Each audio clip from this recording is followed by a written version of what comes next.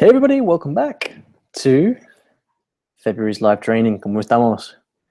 Hola a todos. ¿Qué tal? Let's just wait a second for everybody to get in the live room. How you doing? Go ahead and type in a message. Cuéntame cómo estás. ¿Qué tal en tu vida? ¿Qué hay de nuevo? Go ahead and let me know in the chat box. Let's see who we've got.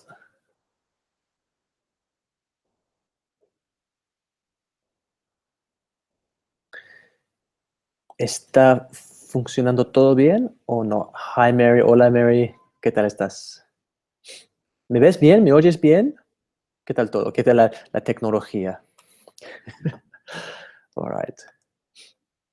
Hola Campbell. Hola Kelly, buenas tardes. Ok, empezamos entonces. Let's get going. We've got a change of speed, I think, this month. Something a bit different that we haven't done before. We're diving into a very specific area of Spanish, which relates to the challenge for March. So I hope you've been enjoying the challenge for February. The aim for the challenge in February has been just to kind of get you up and running this thing of actually studying every day. I know for some of you studying every day is easy. For others, it's a big challenge, including for me. So I've personally also found the February challenge really, really useful because we've been just getting on the horse, doing that daily work. So what we're going to do now with the challenges is to start to dive into specific areas of Spanish that will improve your Spanish and up your game. So I hope you're enjoying the new Facebook community. Angela is running the monthly challenges. You'll find out very soon about the March one. In fact, I'm going to spoil it because I'm going to talk all about it today. So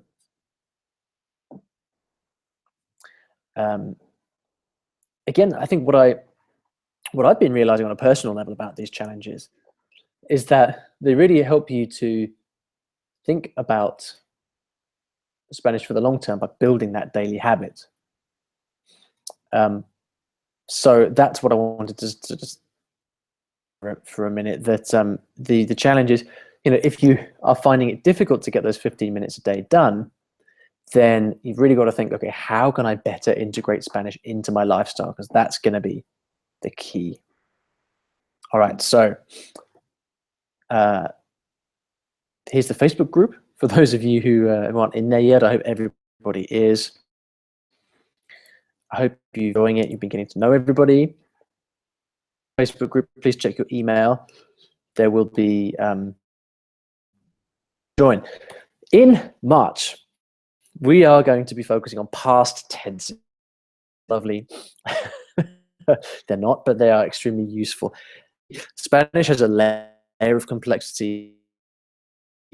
What we're going to aim for March is to really solidify your, not necessarily your knowledge of the past tense, but your ability to use it and understand it in a natural way.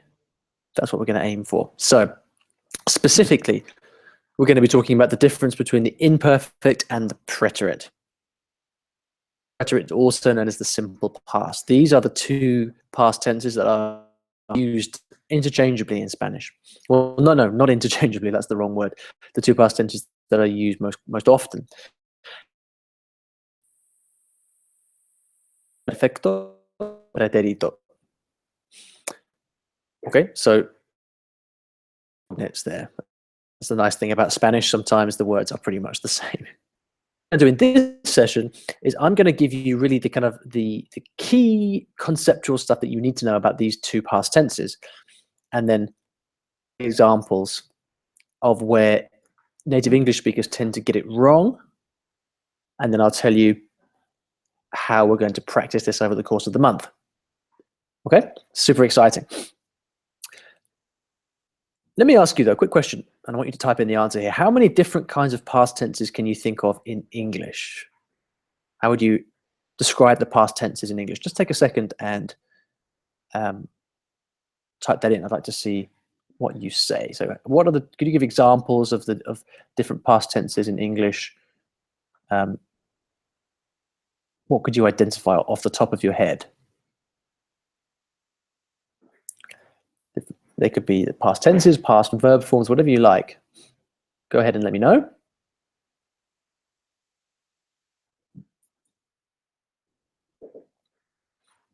Let's see what you come up with. Those of you who are listening on the replay, just make a mental note to yourself. What are the different ways we can form the past tense in English?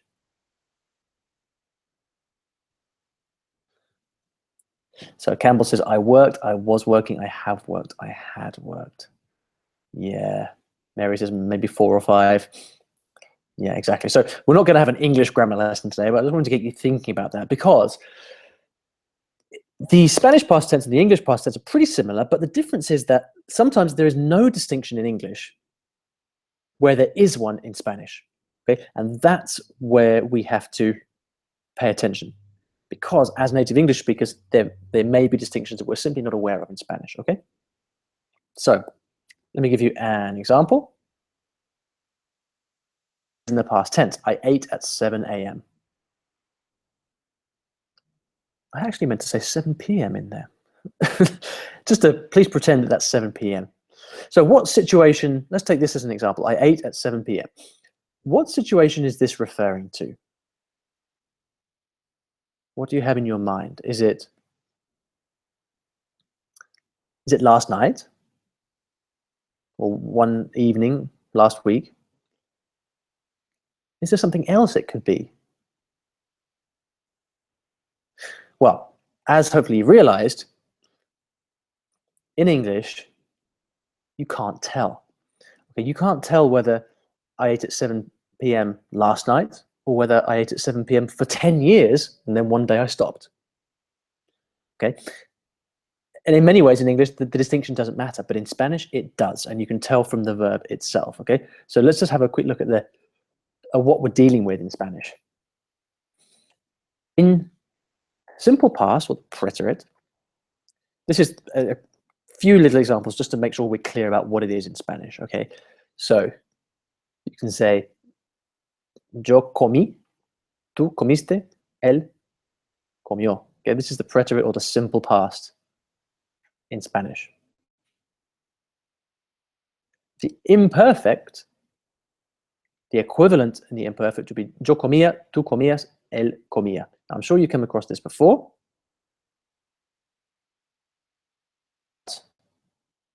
Again, if we go back to this phrase, I'm sorry about the AM. I'm sure I changed that to PM, but it seems to have gone back. So again, let's just imagine it's PM. So here, what we've got is the difference between the preterite and the imperfect is one of the hardest points in Spanish grammar. Okay, so when we've got this thing here, I ate at 7 p.m. Is it comí a las 7 de la noche? Or is it comía a las 7 de la noche? Which one is it?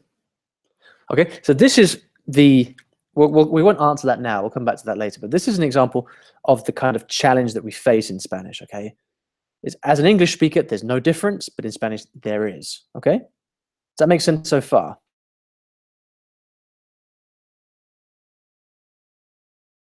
You know, and I can go back and explain it again, but hopefully that's clear. All right, so let's look at exactly what these things are. So the preterite, or the simple past in Spanish, is where you'd say, comí a las 7 de la noche. I ate at 7 p.m. Now, when I used the word comí, because it's the preterite, it's the simple past, I know that it's referring to one particular moment in time. Could be last night, ayer, comí a las 7 de la noche. It could be last Monday, el lunes pasado, o el lunes de la semana pasada, comí a las 7 de la noche. We don't know, it doesn't matter when it is. All we know is that it refers to one particular point in the past. one night, basically. Okay? So, when do we use the imperfect? So, whereas with the preterite, comí refers to one particular time, with the imperfect, it's more like a longer period of time, similar to, could be used to. For example, that would be an equivalent in English. So that might look like this. Say, for example, there are three different points in time. We've got 2013, 2015, 2017. And maybe for your whole, these days you eat at 8 a.m., 8 p.m. Okay? Every night you eat at 8. But there was a period in the past, maybe for a year or so, when you ate at 7. It's not one fixed time. It's a period of time. It could be a few weeks, a few months, even a few years. But because it's more like a habit, it's more like something you do on a regular basis, we use the imperfect in Spanish and we say, comía a las 7 de la noche. The key distinction here is that with the imperfect, we've got a sense of progression, a sense of something carrying on for longer than simply one point in time. Excuse me. Whereas with the preterite here, we've got one particular point in time, one moment in time. Here with the imperfect, we've got a longer period of time. That's the key distinction. Right? So if we compare those two side by side, the preterite has got one moment in time, comí, and the imperfect is a longer period of time, comía. Okay? That's the simplified explanation of the difference. Now, it does get more complicated than this because it's not always clear if something is ongoing or a particular moment in time. And we'll look at a few examples of that later on. But in general, if you understand this concept, then you're always going to have a path through. You're always going to be able to make sense of things, right? So, like I said before, this seems quite simple when I explain it in these terms, right? The difference between last night and then the difference between a period of time a few years ago. It seems simple, right? So the tricky part comes when you're actually speaking Spanish, because imagine you're telling a story. Oh, last night I did this, and then I was doing that, and then this happened. Often what we do is we mix up lots of different past tenses. Again, in English, it doesn't matter. You say, I did that, I went there, I ate that. We basically just use the simple past, right? But in Spanish, because there's a distinction, what it means is that basically whenever you're talking about something that happened, you have to consider this issue of which past tense form are you going to use. And then when you're in the middle of speaking, you've got to be able to quickly choose which verb form to use. You don't have time to pause and think about it for a long time. And in reality, they're often very mixed up, as we'll see in a minute. So if you are kind of confident about this, then great. The challenge in March will put you through your paces. If you're not quite sure yet, then don't worry, it's completely normal. Like I said, it's one of the hardest parts of Spanish. Like me, often when I speak Spanish, I'm not quite sure sometimes. And in fact, in many cases, it could be both. Native speakers could use either. It could be comía a las 7 de la noche, or it could be comí a las 7 de la noche. And the distinction is not so important, but maybe someone wants to put a slightly more emphasis on one than the other. So often both are possible. Okay, here's the thing. Communication is almost never affected. It doesn't matter if you make the mistake of using the simple past rather than the imperfect. Your meaning will always come across, so it doesn't really affect basic communication.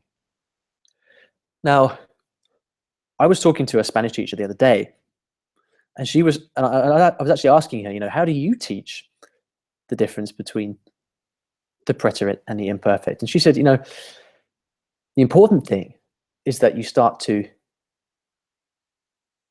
understand it from the perspective of a native speaker, that kind of gut feeling that a native speaker has. That's the key thing. And she was telling me about this concept of the discovery threshold. And the discovery threshold looks a bit like this. You're learning it. You're learning about this distinction between past tenses, and it doesn't really make sense. You're very confused. You're like, what's going on? I don't understand any of this stuff. I still don't understand it. I still don't understand it. What's going on? And then one day, suddenly you get it. And you're like, oh, okay, now I see. Now I really understand why they're choosing these different verb forms then. And here's the cool thing. Once you understand this, once you reach that discovery threshold, there's never any going back. You've understood the concept, you've grasped the concept, and you never go back again. So this is what I'm aiming for March, is getting you to this discovery threshold so that it's so internalized that you'll never be able to just go back to just randomly using past tenses without thinking again. All right. So the key is you've got to think about this the way that native speakers do. Okay. Let's look at an example of how this might work in practice. And again, guys, if you have any questions, go ahead and let me know. Kelly says it makes sense. Good. I hope it still makes sense by the end. So this is a situation. Imagine this. You usually eat at 8 p.m. But one night, in particular, you ate at 7 p.m. The phone rang. Okay, take a look at this and think about how you might say this in Spanish.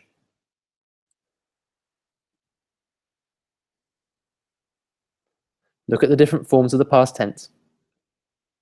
Think about how you might say this in Spanish. I'm going to give you a few options now, and I'm going to give you a test. So I'd like you to very quickly type in the answer when I ask you, okay? So you usually eat at 8 p.m., but one night you decided to eat at 7 p.m. While you were eating, the phone rang. Okay, so let's look at number one. You usually ate at 8 p.m. Which one would I use? Comió or comía?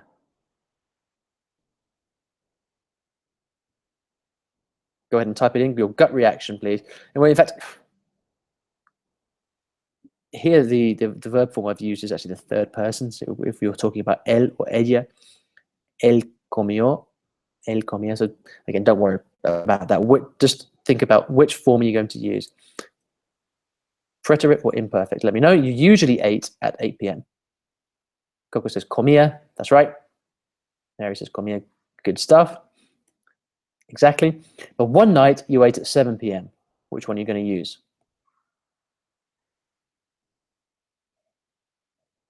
One night you ate at 7 p.m. And by the way, guys, if you don't know how to make the accent on the letter, here's a good chance to find out. What I do on my Mac is I hold down the Alt key and Alt E, and then followed by the vowel. Okay, yeah, you've all got it. So comió, good stuff. One night you ate at 7 p.m. Comió. Okay, next one. While you were eating. While you were eating. Or you could say whilst you ate, I guess. Which form are you going to use?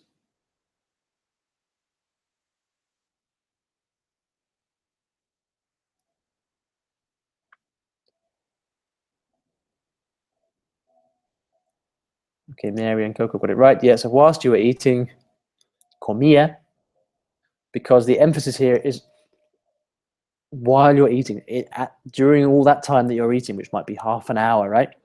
That's the idea of a progress, or a process. It's longer time, so we use comía. While you were eating, the phone rang. Which one are you going to use?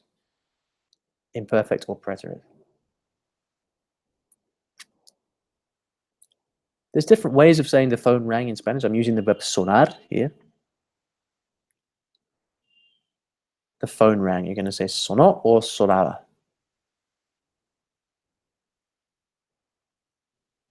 Cool. Yeah, you guys have all got it right. You're all dead smart. Sonó. Good stuff. So the concept is clear, right? Now, of course, these are relatively simple cases. Rarely is it this straightforward.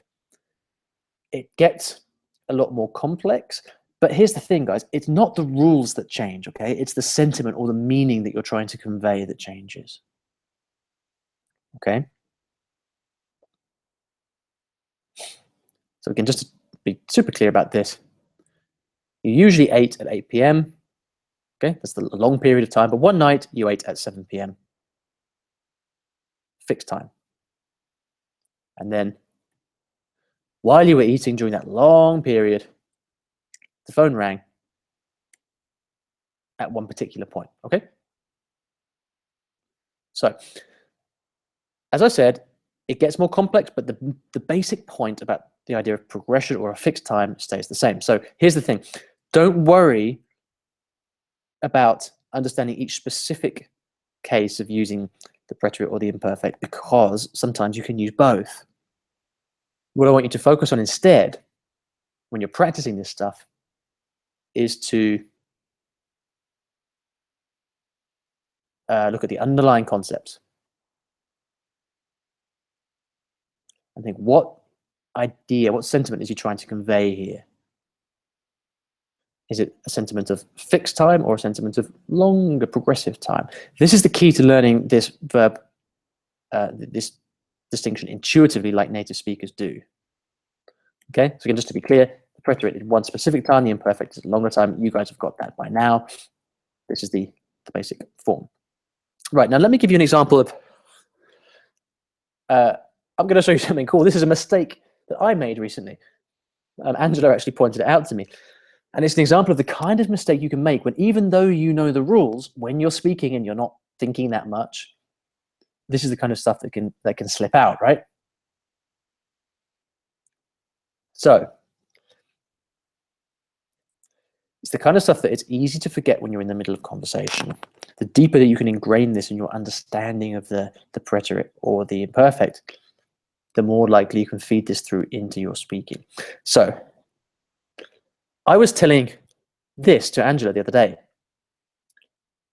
I said, when I was in Hong Kong recently, I didn't have an office space, so I worked in a cafe. I went to a cafe nearby every morning. Now, look at the verb in bold. I went to. This is the one I want to focus on. Now, there are two ways of saying the past tense for to go in Spanish. You can say fue or iba. Fue is the preterite or simple past. Iba is the imperfect. So what do you think? When I say this last bit, I went to a cafe nearby every morning. What do I use? Is it fue or iba? Go ahead and let me know.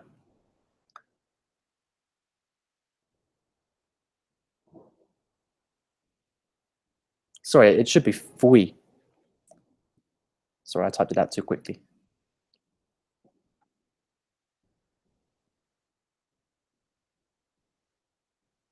Okay, we've got a mix. Some of you guys saying fui, some of you guys saying iba. So this is the tricky thing, right? Is it the case that, see, every morning I went? It's one action, right? So you're thinking, okay, fui a un café because I went there. It's one action. But actually, because it's something that I was doing on a regular basis over a period of time, you need to use iba.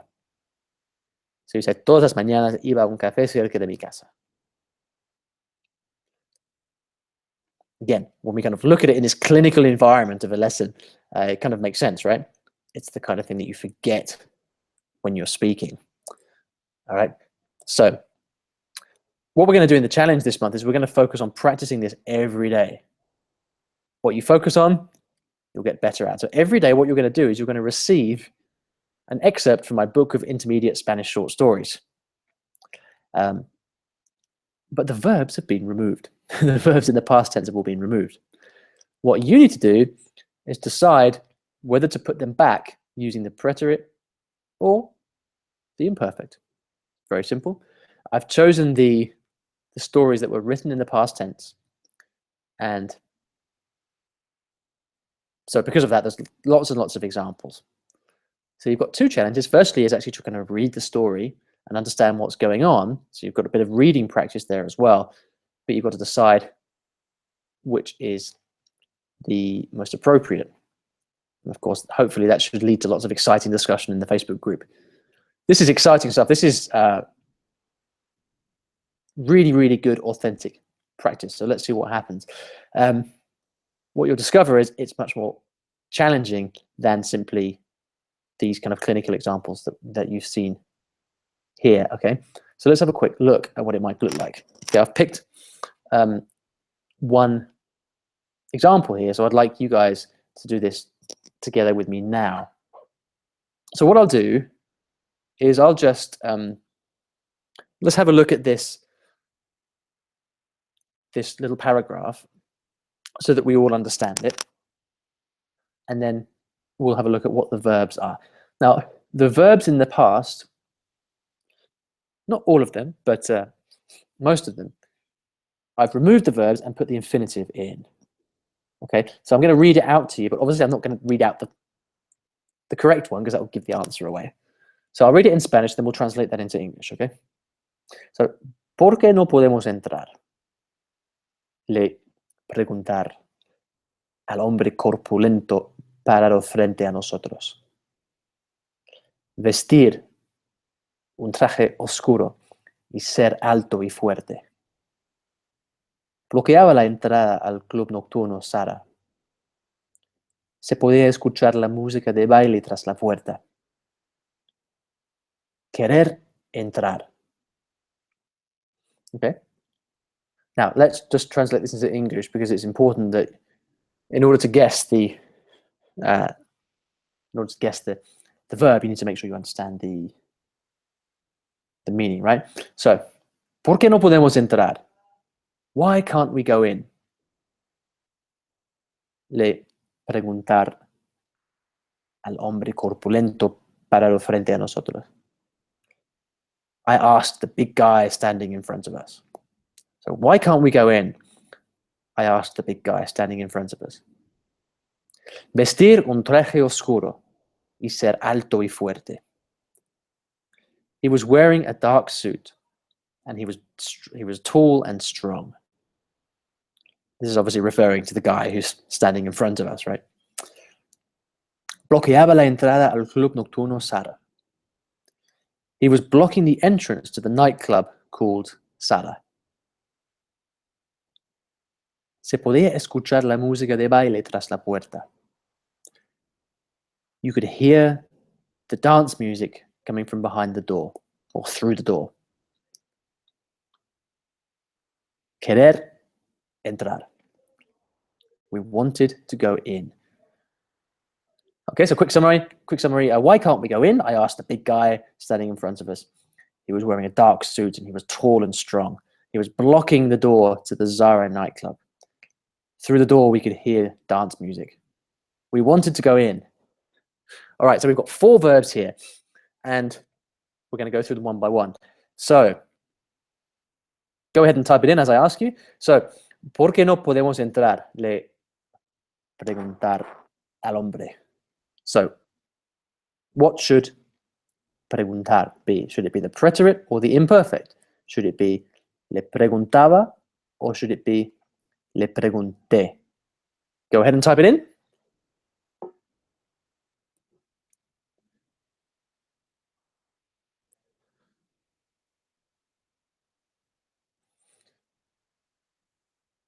So again, just think, is this asking happening just once or is it happening over a longer period of time? In a way, it could be both, right? But when you think about the situation, much more likely that we just asked him to go in. And so the correct answer is pregunté. So, ¿por qué no podemos entrar? Le pregunté al hombre corpulento parado frente a nosotros. Okay, next. Vestir un traje oscuro. He was wearing a dark suit. What is the correct verb form? Should it be vestió or vestía?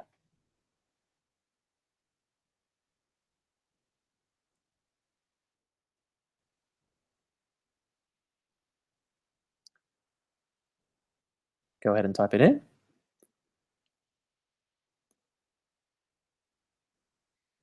Okay, yeah. You guys have all got it. Vestía un traje oscuro. He wasn't just wearing it for one moment, right? He was wearing it for probably all night, maybe even all day. Okay, now, what about the next one? Y ser alto y fuerte. He was tall and strong. What's the correct form of that? Should it be fue? Should it be era?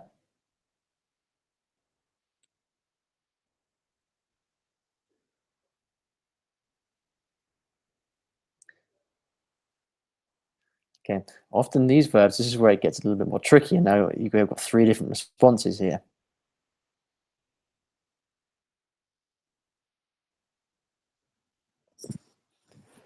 This is where it starts to get tricky, right? Because you're thinking, okay, I was there right now and I'm looking at him, and in that moment he was this, like this, right? But of course, the guy wasn't just tall and strong once. He was like that for a longer period of time, right? So the answer is era algo y fuerte. Okay. Bloqueaba la entrada al club nocturno Sara. Se podía escuchar la música de baile tras la puerta. Now, we wanted to go in. 2 choices. The preterite or the imperfect. Okay, Glenn says, es era entiendo. Yeah, good stuff. Yeah, this is exactly why we're doing this, Glenn, so that we can just sort of think through the meaning of exactly what we're talking about. So, ¿queríamos entrar o quisimos entrar? What do you think?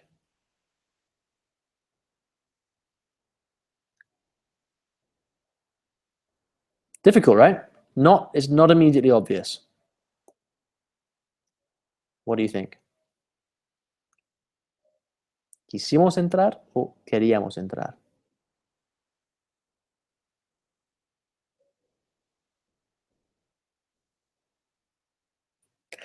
Okay, I can see by the slightly slower responses that you guys are thinking, which is good. It's exactly what the point of this is. Again, you could argue it both ways, right? You could think, well, in that moment, we wanted to go in. But if you think about it from the point of view of the narrative of the story, where you've obviously, you've gone out, you're going to this place, you want to spend the night there, the idea is more progressive, right? Which is why in this case, the story was written using queríamos.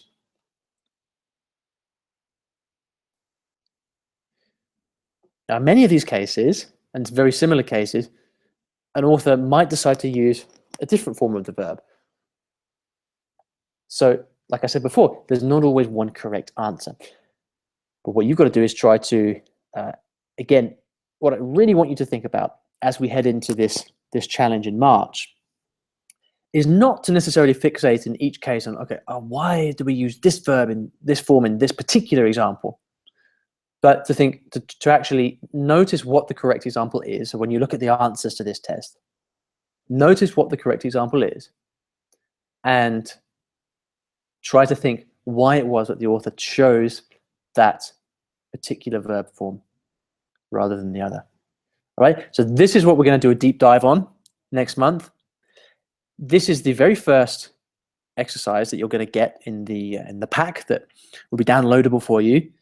They get progressively longer and harder. All right, so it might start off easy, they'll be harder towards the end.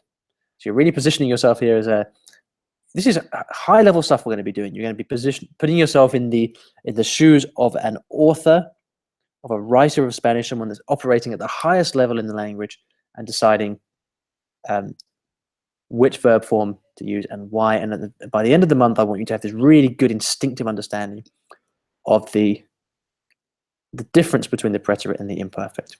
Okay, so we're going to take questions now. So if you do have any questions, go ahead and type them in.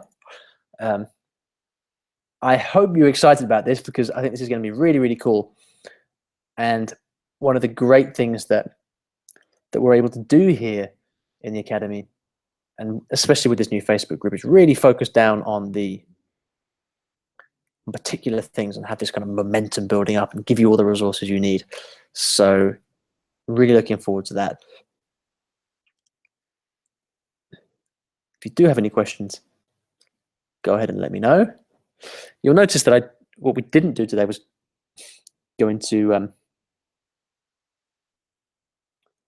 into a great deal of detail for the grammar, because like I said, it's more about the concept. Okay, so Mary says something really interesting here. I think of these two verb forms as the line in the past versus the point in the past. Yeah, exactly. Which is that, it's that thing that I put up. It's like, it's this, isn't it, Mary? It's the line or the point. And I guess, yeah, so going by your way of looking at it, we can in fact just get rid of the box altogether and just have the line versus the point. So yeah, really good point.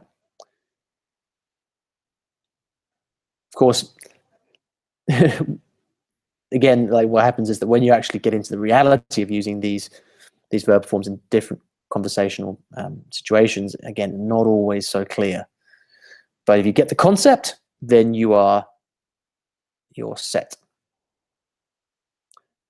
All right, I don't think we have any questions. So what we are going to be doing then is you'll receive this pack on the 1st of March, so that you'll be ready to start. Angela's also going to provide a recap of all the rules that you need to know. What we won't do necessarily is give you kind of the conjugation of all the verbs. Those are things that you have to get into the habit of looking up yourself when you need them.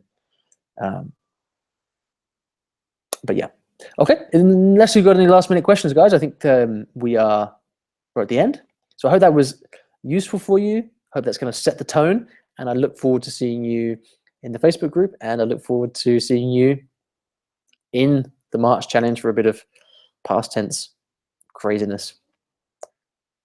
And these stories as well. I hope if any of you haven't read my book of intermediate short stories yet, this will be a great opportunity, because you'll be diving into them in some depth.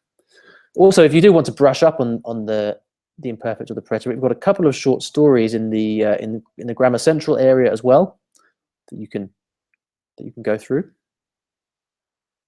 What we're going to be doing this month, of course, is a much more extensive deep dive into this. Bueno, gracias a todos.